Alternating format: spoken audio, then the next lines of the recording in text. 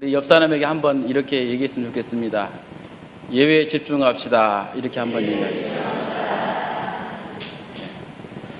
저는 오늘 자기 뜻대로 삶을 사는 자들에게 라는 제목으로 말씀을 나누겠습니다. 오늘 본문에 보면 13절에 들으라 너희 중에 말하기를 오늘이나 내일이나 우리가 어떤 도시에 가서 거기서 1년을 머물며 장사하여 이익을 보리라 하는 자들아 라고 하는 말씀이 있습니다. 이 말씀을 가만히 이렇게 들여다보면 마치 자기 인생을 자기 뜻대로 사는 자의 모습이 있는 그런 느낌이 있습니다. 보통은 다른 사람들 아래에서 일하게 되면 예를 들어서 회사에서 직원은 사장의 뜻을 묻고 계획을 세우고 또 가정에서는 자녀가 부모의 뜻을 묻고 일을 합니다. 우리가 사는 현실은 언제나 윗사람의 뜻을 묻고 계획을 세우는 것이 오늘날 우리가 사는 현실인 것 같습니다. 그런데 이들은 우리 인생의 참 주인이 아니다라고 하는 것입니다. 우리 인생의 참 주인은 누구냐?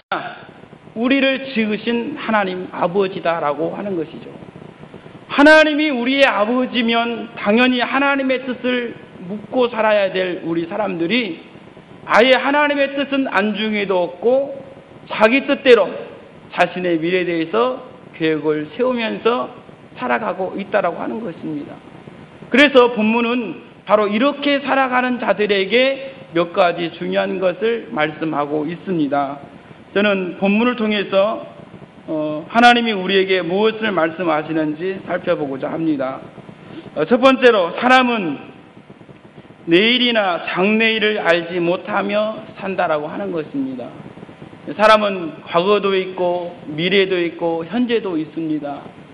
그런데 과거는 이미 지나간 어제거든요.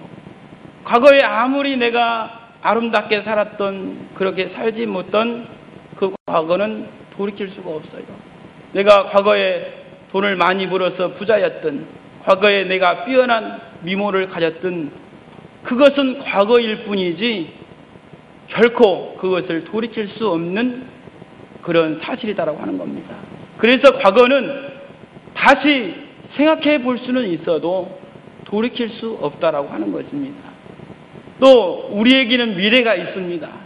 우리는 미래를 위해서 미래에 앞으로 이렇게 하겠다 저렇게 하겠다 나름대로 계획을 세우지만 그 미래는 알 수 없는 미래입니다.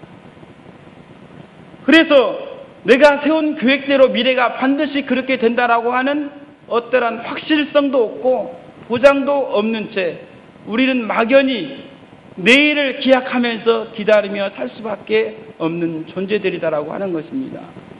누가복음 12장에 보니까 한 부자에 대한 이야기를 말씀하고 있습니다. 한 부자가 얼마나 열심히 일을 했든지 땅의 소출이 굉장히 풍성합니다. 풍성해서 그가 곡간에 넣으려 보니까 곡간도 너무나도 가득 차 있어요. 그러니까 그가 속으로 생각합니다. 이렇게 많이 내가 버려드렸는데 어떻게 할꼬?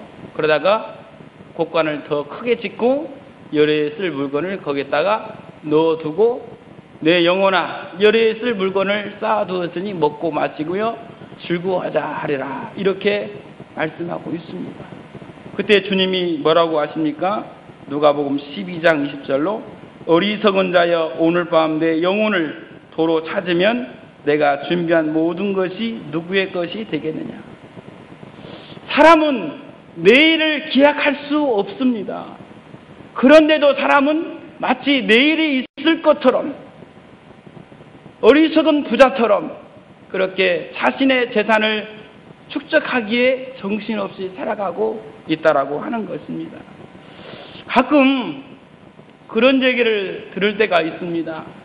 사람이 먹고 살만하면 죽더라. 그런 얘기를 하는 것을 제가 들어본 적이 있습니다.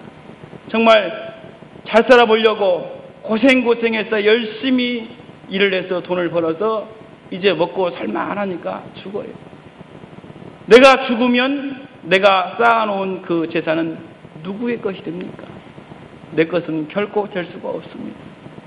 여러분은 지금 여러분의 미래와 장래가 있다라고 굳게 믿고 살고 있을 겁니다. 저도 그래요. 저도 지금 나의 미래가 있고 장래가 있다라고 굳게 믿고 있습니다. 그러나 우리가 알아야 할 것은 나에게 주어진 이 미래는 결코 알 수 없는 미래다라고 하는 것을 우리가 기억해야 될 필요가 있는 겁니다.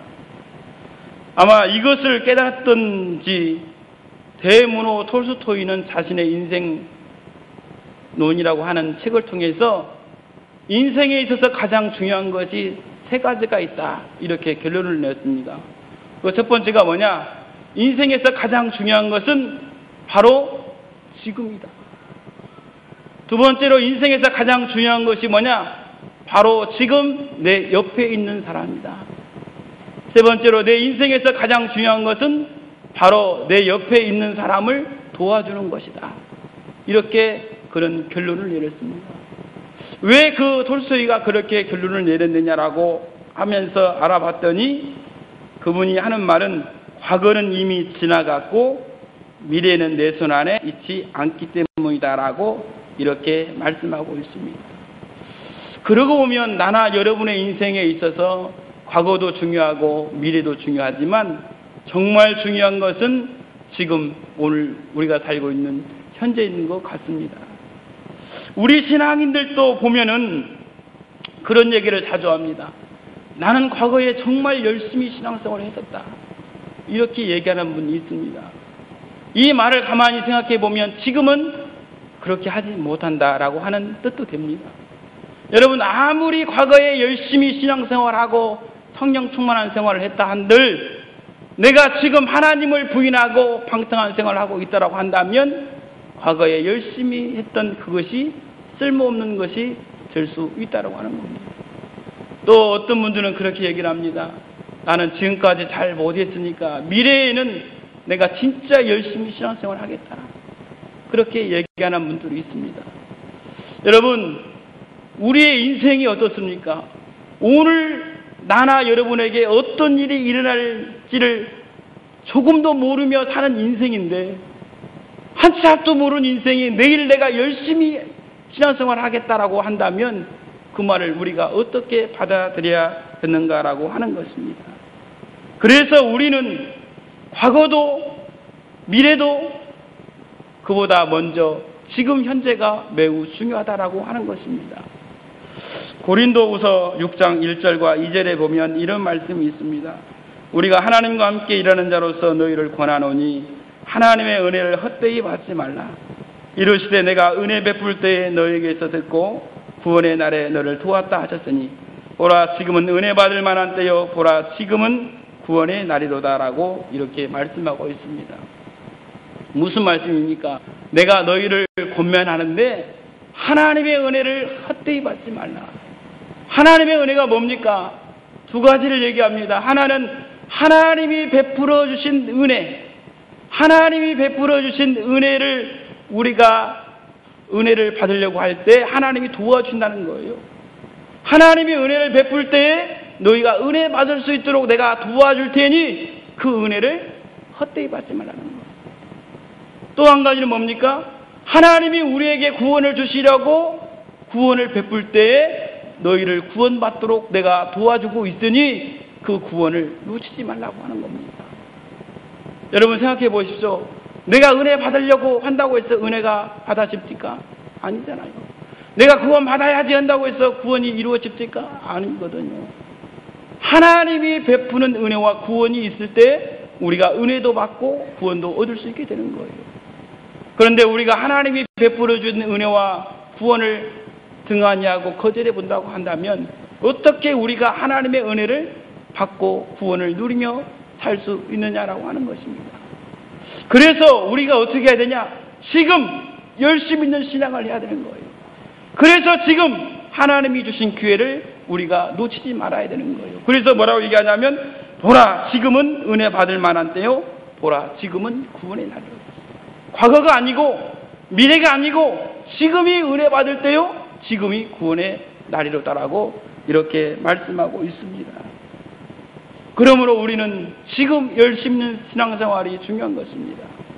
또한 우리가 열심히 신앙생활을 하지 않으면 우리가 하나님의 심판대 앞에 서게 될 것인데, 하나님의 심판대 앞에 서게 됐을 때 떳떳하게 설 수 있는 사람이 과연 몇이나 있겠습니까? 아마 한 사람도 없지 않을까 이렇게 생각이 듭니다. 이렇게 하나님 앞에 떳떳하지 못할 인생이 뭐라고 얘기합니까? 미래에 열심히 하겠습니다. 다음에 열심히 하겠습니다. 다음 기회를 제가 붙잡겠습니다. 이렇게 한다고 한다면 우리의 알 수 없는 미래가 나나 여러분을 영원한 지옥으로 이끌어갈 수 있다라고 하는 것을 깨달으시고, 지금 은혜 받으려고 노력하시고, 지금 하나님이 주신 기회를 붙잡아서 성공하는 신앙인들이 다 되시기를 주님의 이름으로 부탁드리겠습니다.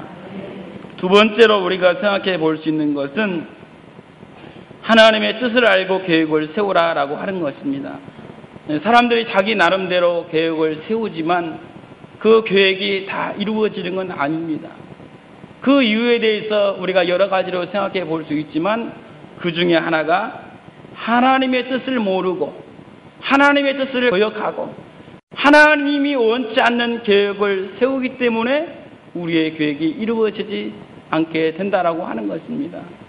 하나님이 우리를 지으시고 창세기에 보니까 복을 주시면서 우리에게 하신 말씀이 있습니다. 거기에는 우리를 향하신 하나님의 뜻이 있거든요.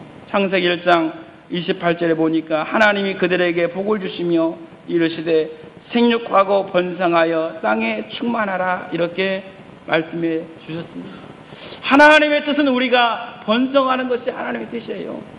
하나님의 뜻은 우리가 이 세상에서 충만하는 것이 하나님의 뜻이에요. 충만이라고 하는 것은 한 곳에 모여 있어서는 충만할 수 없거든요. 사방팔방으로 뻗어져 나가서 그곳에서 살아가는 것이 충만이거든요. 그런데 우리 사람들 어떻습니까? 어리석은 인간들이 하나님의 뜻도 모르고 하나님의 뜻을 거역하면서 바벨탑을 꿨다라고 하는 겁니다. 바벨탑을 어떻게 해서 세워지게 됐느냐? 성경에 보니까 이렇게 말씀하고 있습니다. 우리가 성읍과 탑을 건설하고 탑 꼭대기를 하늘에 닿게 하여 우리의 이름을 내고 온 지면에 흩어짐을 면하자. 이런 취지에서 바벨탑을 쌓기 시작합니다. 바벨탑을 쌓는데 얼마나 잘 쌓아지냐면요. 성경은 이렇게 얘기를 하고 있습니다. 창세기 11장 6절에 보니까 여호와께서 이르시되 이 무리가 한 족속이요 언어도 하나이므로 이같이 시작하였으니 이후로는 그 하고자 하는 일을 막을 수 없으리로다. 이렇게 할 만큼 잘 쌓았어요. 자신의 계획대로 잘 쌓아지고 있었어요. 그런데 하나님이 그것을 막으셨어요. 왜 막으셨습니까? 바벨탑은 하나님의 뜻과 역행하는 것이거든요. 그래서 언어를 혼잡게 하시고 바벨탑을 쌓는 것을 막으셔서 흩어짐을 면하는 것을 막으셨다라고 하는 것입니다. 그래서 하나님은 사람이 하는 계획을 결코 이룰 수 없도록 만들어 놓았다라고 하는 것입니다.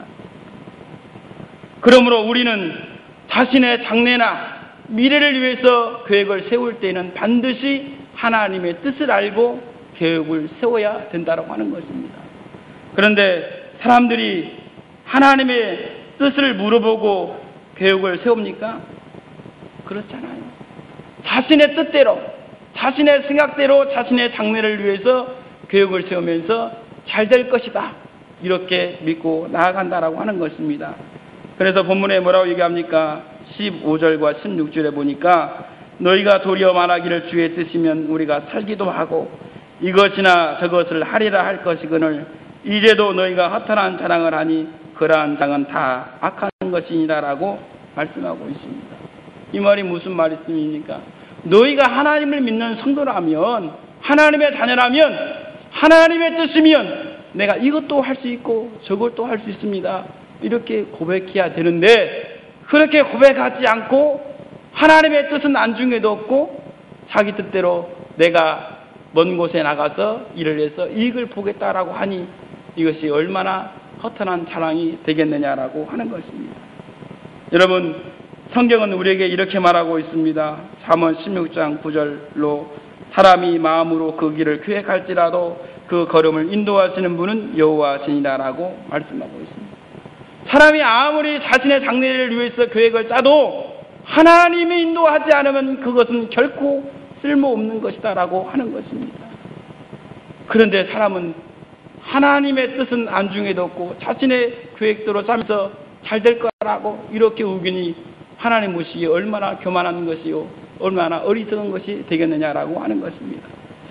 여러분, 우리는 그러면 어떻습니까? 나나 여러분은 지금 어떻게 살아가고 있습니까? 하나님의 뜻을 알고 계획을 세우고 있습니까? 아니면 하나님에게 뜻을 물어보고 계획을 세웁니까? 물론 세우시는 분들도 있으리라고 생각하지만 제가 봤을 때는 대부분이 그렇지 않을 거라고 생각합니다. 어떤 사람은 자신의 뜻과 욕심을 하나님의 뜻이다라고 교묘히 위장을 해서 자신의 뜻과 다르면 하나님의 뜻에 거스린다 하여 사단으로 몰아붙이는 이들도 있습니다. 또 어떤 사람들은 하나님의 뜻과 무관하게 계획을 세워놓고 계획대로 되지 않으니까 하나님을 원망하는 자들도 있습니다. 또 어떤 사람은 자신이 하는 일은 무조건 하나님의 뜻이다라고 이렇게 세기를 박아 놓고 그것을 따라하게 하는 자들도 있다라고 하는 것입니다. 우리는 하나님의 뜻을 알고 계획을 세워야 되는 겁니다. 그래야 그 계획이 무너지지 않고 이루어지고 성공하게 된다라고 하는 것입니다. 하나님의 뜻이 어디에 있습니까? 하나님의 뜻은 바로 하나님의 말씀 속에 있는 겁니다. 그런데 하나님의 뜻이 하나님의 말씀 속에 있는데 그러면 성경에 나와 있지 않는 그런 계획들은 어떻게 해야 됩니까? 다른 길이 없습니다. 하나님 앞에 물어보는 길밖에 없어요. 하나님께 물어봐야 하나님이 뜻이 무엇인지 우리가 알 수 있다라고 하는 것입니다. 제가 어느 목사님이 설교하는 중에 간증을 제가 읽게 되었는데 그 간증 얘기를 잠시 하려고 합니다. 쌍문동이라고 하는 곳에 양문교회가 있다라고 합니다. 저도 정확히는 어딘지 모르겠어요.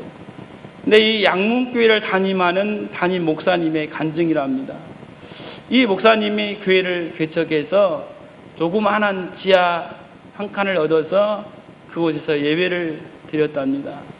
이렇게 예배를 드리고 있는데 한 번은 예배 시간에 노숙자 2명이 와서 함께 예배를 드리더라는 거예요.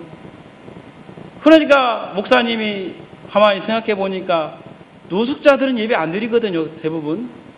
그래서 예배가 끝나고 한번 물어봤답니다. 아니, 오늘 노숙자 2명이 와서 냄새를 아주 진동하면서 이렇게 예배를 드리는데 어찌 된 영문이냐 물어봤더니 그 교회에서 안내를 쓰시던 집사님이 지나가는 노숙자를 보고서 불러서 와서 1시간만 예배를 드리면 내가 3,000원씩을 주겠다 그랬답니다. 그랬더니 이 노숙자 2명이 3,000원을 받기 위해서 1시간 예배를 드리고 가더라는 것입니다. 그런데 이 안내에서 쓰는 집사님이 이 노숙자가 돌아갈 때 하는 얘기가 다음 주에도 또 예배를 드리면 3,000원씩 줄 테니 올 수 있으면 와라 그랬답니다. 그런데 이 노숙자 2사람이 다음 주에 올 때는 몇 사람을 데리고 왔더랍니다. 그래가지고 2사람이 와도 냄새가 지하교회니까 얼마나 닿겠습니까? 2사람도 한 여러 사람이 오니까 진동을 했겠죠. 그런데 그들에게 다 또 3,000원씩 주었답니다. 그 다음 주에도 또 주겠다고 그러니까 더 많이 데리고 오라고 합니다. 그러니까 교회가 점점점 노숙자들이 많아지는 거예요. 많아지니까 무슨 생각이 드냐면 교인들 생각 속에 의견이 두 의견은 나눠졌습니다. 한 의견은 비록 노숙자고 냄새가 나지만 하나님께 예배드리니 얼마나 좋냐, 저 사람들도 천국 가면 얼마나 좋겠느냐, 이렇게 좋은 쪽으로 생각하는 사람이 있는가 하면 또 한쪽에서는 절대 받으면 안 된다. 그 사람들이 교회에 오므로써 예배답지 못하고 냄새가 진동을 하고 이미지가 흐려지고 또 노숙자들 때문에 교회에 나오지 못하는 성도들도 있고 우리 교회 이미지가 어떻게 되겠느냐. 절대 받으면 안 된다. 우리 교회가 노숙자 교회가 되면 어떻게 되겠느냐. 이러면서 안 된다고 하는 의견. 이 두 의견이 상충을 했습니다. 이것이 교회에 큰 문제로 부각이 되니까 목사님이 한번 생각해 봤답니다. 과연 이것을 어떻게 해야 될까? 그냥 생각해 보니까 교회는 그래도 좀 잘 차려입고 있든 없든 간에 좀 씻고 와야 되는데 노숙자들 보니까 정말 말이 아니거든요. 그래서 차라리 그런 사람 안 오면 좋겠다 이런 생각이 들더랍니다. 목사님 마음속에. 그래도 일단 이것을 교인들 앞에서 얘기를 해야겠다 싶어서 교인들을 다 모아놓고 얘기를 했답니다. 이런 문제가 있으니까 우리가 이 문제를 놓고 한번 기도합시다. 그리고 목사님이 자신의 서재에 들어가가지고 그 문제를 놓고 기도했답니다. 하나님, 한쪽에서는 계속 드리자, 한쪽에서는 안 된다. 사실 저도 노숙자 놓고 예배드리고 싶은 마음 없습니다. 어떻게 하면 좋겠습니까? 하고 막 기도를 했대요. 기도를 하고 가만히 이렇게 있는데 이 담임 목사님 마음속에 계속해서 드는 생각이 뭐냐면 이런 생각이었답니다. 목사는 사람을 가려서는 안 된다. 교회는 사람을 가려서는 안 된다 하는 생각이 계속 들더랍니다. 그래서 목사님이 아마 이것이 하나님의 뜻이 아닐까 싶어서 교인들을 다 모아놓고 얘기를 했다고 합니다. 예배를 드리는 것은 좋은 것입니다. 하지만 노숙자들 때문에 문제가 되니까 우리 노숙자들을 위한 예배를 따로 만들어서 드리면 어떻겠습니까? 그래서 노숙자에서 숙자를 뺀 노형제들 예배 이렇게 해서 오후 1시 반에 예배를 드리기 시작하는데요. 이 노형제들 예배를 드리는데 부흥이 되는데요. 노숙자들이 200명이 넘게 모여들더랍니다. 그런데 노숙자들이 모여들면서 교회가 부흥하기 시작하는데요. 아까 지하 한 칸에 했다고 그랬죠. 이 목사님이 지하 1층, 지상 5층 건물을 구입을 했답니다. 그렇게 교회가 부흥할 정도가 되어버렸다라고 하는 이야기를 제가 어느 목사님의 설교를 들으면서 읽게 되었습니다. 만약에 그 목사님이 자기의 생각대로 했더라면 글쎄요, 모르겠습니다. 중요한 것은 우리가 하나님의 뜻을 알고 행하면 반드시 계획은 이루어지고 성공할 수 있다고 하는 것입니다. 어떤 분들은 그렇게 얘기를 할 겁니다. 아니, 기도하는 거 당연한 거 아닙니까? 물론 당연한 거예요. 그런데 그 당연한 것이 어려운 것입니다. 사실 우리 모습을 보면 기도 따로 생활 따로 그렇게 행하지 않습니까? 하나님을 믿고 섬기면서도 기도를 하면서도 현실은 전혀 그렇게 살아가지 못하잖아요. 오히려 일이 잘 풀리고 부흥이 되면 자신이 능력이 있어 그런 것이고 일이 안 되고 안 풀리게 되면 운이 없어서 그런 것이다. 이렇게 말하는 사람도 저는 본 적이 있습니다. 그렇기 때문에 우리는 어떤 일을 하든지 알 수 없는 내일을 우리가 계획할 때는 반드시 하나님의 뜻을 물어보고 그리고 계획을 추진한다고 한다면 그 계획을 하나님께서 도우셔서 반드시 이루어지고 성공할 거라고 저는 믿습니다. 세 번째로 우리가 생각해 볼 수 있는 것은 하나님의 뜻을 알았다면 순종하면서 살라라고 하는 것입니다. 17절 말씀에 보니까 그러므로 사람이 선을 행할 줄 알고도 행하지 아니하면 죄니라 이렇게 말씀하고 있습니다. 사람이 선을 행한다고 하는 것은 하나님의 말씀대로 산다라고 하는 것이거든요. 그러니까 하나님의 말씀대로 살아야 되는 것을 알면서도 그렇게 살지 않으면 죄가 된다는 얘기입니다. 우리가 죄라고 하니까 나쁜 짓을 하고 사람을 죽이고 남의 물건을 훔치고 이런 것만 죄인 걸로 생각하는데요. 죄라고 하는 것은 하나님의 말씀대로 살지 않는 것도 죄가 된다라고 하는 것입니다. 그런데 우리가 이렇게 성경을 통해서 가만히 살펴보니까 예수님 계시던 당시나 지금이나 공통점이 하나 있는데 그게 뭐냐면 하나님의 말씀을 알고도 그렇게 살지 않는다라고 하는 것입니다. 마태복음 23장 15절로 화 있을진저 외식하는 서기관들과 바리새인들이여 너희는 교인 한 사람을 얻기 위하여 바다와 육지를 두루 다니다가 생기면 너희보다 배나 더 지옥 자식이 되게 하는도다라고 이렇게 말씀하고 있습니다. 바리새인이 누구입니까? 서기관이 누구입니까? 율법에 정통한 사람들, 율법을 가르치고 전하는 사람들이거든요. 그러니 얼마나 잘 알고 있겠습니까? 그런데 이들이 어떻게 한다고요? 교인 하나를 얻기 위해서 바다와 육지를 두루두루 찾아서 겨우 한 사람 없습니다. 그러면 얼마나 잘 가르치겠습니까? 얼마나 하나님의 자녀 만들어 놓겠습니까? 그런데 어떻게 했다고요? 너희보다 배나 더 지옥 자식 만들어 놓았다라고 책망하고 있습니다. 남의 얘기가 아닙니다. 나의 이야기일 수 있습니다. 왜 배나 더 지옥 자식 만들어 놓습니까? 하나님의 말씀대로 살지 않고 외식하면서 살기 때문에 그런 것입니다. 그래서 오늘날 문제는 두 가지로 생각해 볼 수 있습니다. 첫 번째 문제는 하나님의 뜻을 모르면서도 알려고 하지 않고 배우려고 하지 않는다라고 하는 것입니다. 그리스도인이 무엇입니까? 그리스도를 구주로 고백하고 하나님의 뜻대로 살겠다고 다짐하는 사람들 아닙니까? 그러면 하나님의 뜻을 알아야 되는 것은 지극히 당연한 거거든요. 그런데요, 하나님의 뜻을 알려고 하지 않아요. 관심 없어요. 설교 듣지 않아요. 그리고 무슨 일이 있으면 하나님의 뜻이 어디 있을까? 하나님의 뜻을 찾아 살려고 하니 얼마나 답답하겠습니까? 오늘 우리가 살고 있는 현실이 지금 그렇거든요. 하나님의 뜻을 알기를 원하는데 하나님의 뜻을 알려고 배우려고 하지 않는 것이 오늘 이 시대의 특징입니다. 나는 그런 사람 아니다, 이렇게 생각하시면 안 됩니다. 여러분, 한 주 동안 성경을 얼마나 보고 있습니까? 물론 많이 보시는 분도 계시겠지만 제가 듣기로는 어떤 분은 일주일이 되어도 성경 한번 떠들어 본 적이 없다라고 하는 사람도 있습니다. 그런 사람이 어떻게 하나님의 뜻을 알고 하나님의 뜻대로 살아갈 수 있겠느냐라고 하는 것입니다. 그래서 우리는 하나님의 뜻을 알기 위해서 하나님의 말씀을 읽고 듣고 묵상하는 이런 삶을 살아야 되는 것입니다. 두 번째 문제는 뭐냐면 하나님의 뜻을 안다는 사람들은 하나님의 뜻대로 살지 않고 있다라고 하는 것이 큰 문제인 것입니다.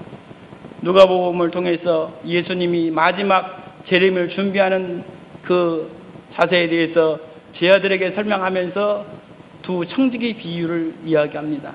한 청지기는 지혜롭고 신실한 청지기입니다. 그는 주인이 자기 집과 종들을 맡겨놓고 먼 타국에 갔을 때에도, 주인이 있을 때에도 없을 때에도 열심히 자기의 주어진 일을 잘합니다. 주인이 와서 보니까 너무 잘하거든요. 칭찬하고 복을 받도록 했습니다. 두 번째 청지기는 그 반대였습니다. 주인이 먼 타국에 나가서 더디 올 거라고 생각하고 자신의 일을 태만히 하고 종들을 무시하고 없이 여기고 그리고 먹고 마시며 방탕한 생활을 하고 있었습니다.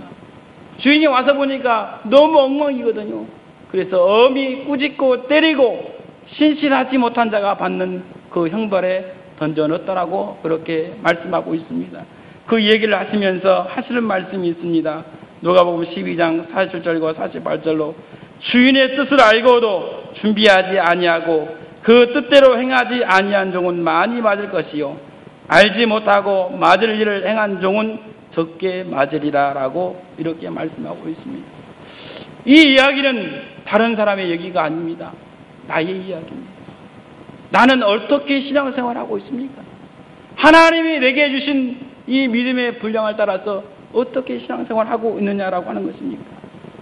다음에 열심히 신앙생활 해야지 하면서 지금 내 모습은 세상 현역 쫓아가고 하나님의 말씀을 읽지도 아니하고 기도 생활도 아니하고 너무 태만하게 신앙생활하고 있는 거 아니냐라고 하는 것입니다. 그러나 분명한 것은 주께서 말씀하시기를 많이 하나님의 뜻을 알고도 준비하지 않고 순종하지 않는 자는 많이 맞을 것이다, 이렇게 말씀하고 있습니다. 그러므로 여러분, 세상 향락 따라서 내가 힘들고 피곤하다고 해서 하나님의 뜻을 거스리고 불순종하는 자가 한 사람도 없고 신실하고 지혜로운 청지가 되어서 열심히 하나님의 말씀에 순종하는 자들이 되어서 하나님께 큰 복을 받아 누릴 수 있는 주의 신실한 청지기들이 다 되시기를 주님의 이름으로 부탁드리겠습니다.